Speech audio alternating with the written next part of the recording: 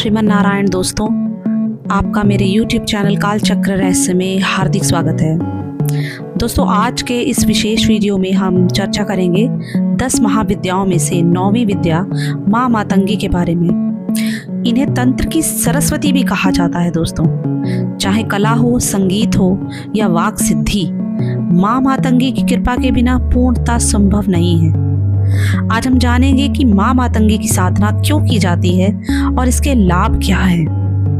माँ मातंगी का स्वरूप कैसा है? दोस्तों, माँ मातंगी का स्वरूप अत्यंत मनमोहक है।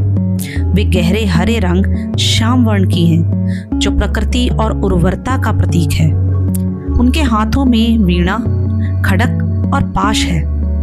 वे तोते के साथ दिखाई देती हैं, जो बुद्धिमानी और संवाद का प्रतीक है। माँ मातंगी को उच्चिष्ट चांडालिनी भी कहा जाता है दोस्तों, जिसका गहरा आध्यात्मिक अर्थ है कि माँ पवित्रता और अपवित्रता के भेदभाव से परे है। माँ मातंगी के साधना के कुछ लाभ मैं आपको बताने जा रही हूँ।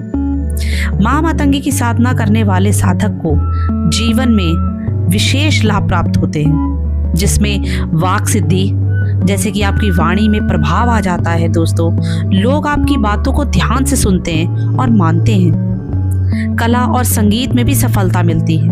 यदि आप गायक, वादक या कलाकार हैं, तो माँ की कृपा आपको ऊंचाइयों पर ले जाती है।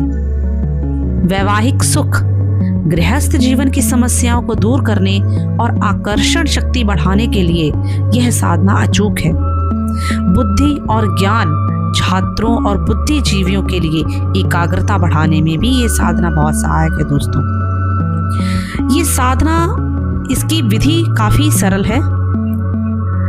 वैसे आपको विधि बताने से पहले आपको एक विशेष सूचना देना चाहती हूँ कि तंत्र साधना हमेशा गुरु के मार्गदर्शन में करनी चाहिए। यहाँ एक मैं सामान्य परिचय देने वाली हूँ, जिसमें माँ मातंगी की साधना के लिए कुछ मुख्य बातें कही गई हैं, जैसे कि वस्त्र और आसन। साधक को पीले या हरे रंग के वस्त्र धारण करने चाहिए। इनकी दिशा क्या होगी?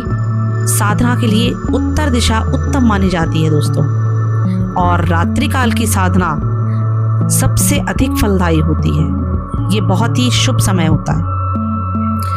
माँ मातंगी का सबसे सरल और प्रभावशाली मंत्र ओम ह्रीम ऐं भगवती मतंगेश्वरी श्रीम स्वाहा है। इसमें एक विशेष सावधानी मैं आपको बताना चाहती हूँ। दोस्तों, मातंगी साधना के बारे में एक विशेष बात यह है कि माँ को जूठा यानी उच्चिष्ट भोग लगाने की परंपरा है। यह दर्शाता है कि ईश्वर केवल भाव के भूखे हैं, बाहरी आडंबरों के नहीं। लेकिन किसी भी उग्र साधना को शुरू करने से पहले एक योग्य गुरु से परामर्श अवश्य लें। दोस्तों,